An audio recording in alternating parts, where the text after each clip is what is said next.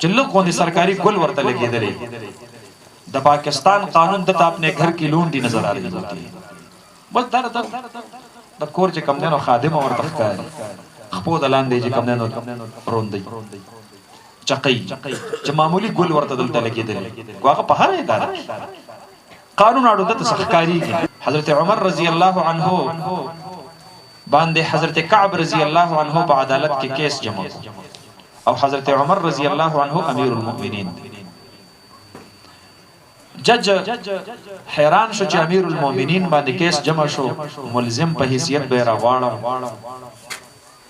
چونکه د اسلام عدالتي نظام دی چاته پکې استثناء نشته دی کو څوک افسر دی کو څوک رعایا دی د قانون مخه ته برابر نو حضرت عمر رضی الله عنه امیر المؤمنین دی د راغختلو جج سے ځانته مخه ته ودر جج سے ورته خپل کرسي پرې خو د تاسو چې دلته کې نو حضرت عمر رضی الله عنه ورته وی ته هر ملزم په خپل کرسي کې نه چې ما په خپل کرسي کې نه ورته ویني نو حضرت عمر سے ورته بیا د عدل تقاضا دا زبه هم په اغه ځای ودرېګم په کوم ځای باندې چې باقي ملزمان ودرېږي دا امیر المؤمنین دی حضرت کعب رضی الله عنه ته جج سے وہی صحابی دی وی ته گواه پیش کنه تا چې کومه داوا کړي نه هغه ورته سه ما سره گواهان نشته نو جج ورته وی بیا خو حضرت عمر سے قسم خوري مدعی سره چې گواه نه نو مدعا له قسم خوري نو دا جج د حضرت کعب رضی الله عنه ته وی وی یرا د امیر المؤمنین قسم ورکول خو استغفر خدای معاف کیږي نه نو حضرت عمر رضی الله عنه ورپسې بیا ورپاسې وی جج صاحب آیا ته هر مدعا علیه چې د قسم ضرورت ورته وي ته هغه معاف کې او داغه د معاف کېدلو د لپاره مدعي ته سوال کې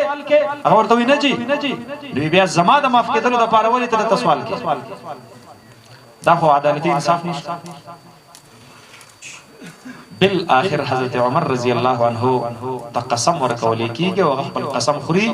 او د هغه مدعي دعوه خارجيږي امت ته پدې کې د عدالتي نظام یو زرین اصول پلاس باندې ورزي او غدا چې په عدالت کې به د جج مخه ته د قانون مخه ته غریب او مالدار حاکم او رعایا ټول برابر د پاکستانی قانون مثال د جولاګي د جالي چې زورور په ورزي جو ارسه د ځان سره اوچت کړي چې ماشه مچ په ورزي جوړ کړي غریب سړي د لپاره قانون شته او زورور د لپاره قانون نشته نو زما محترم ورونو جمعیت علماء اسلام چې په پاکستان کې سیاست کوي دا غواړي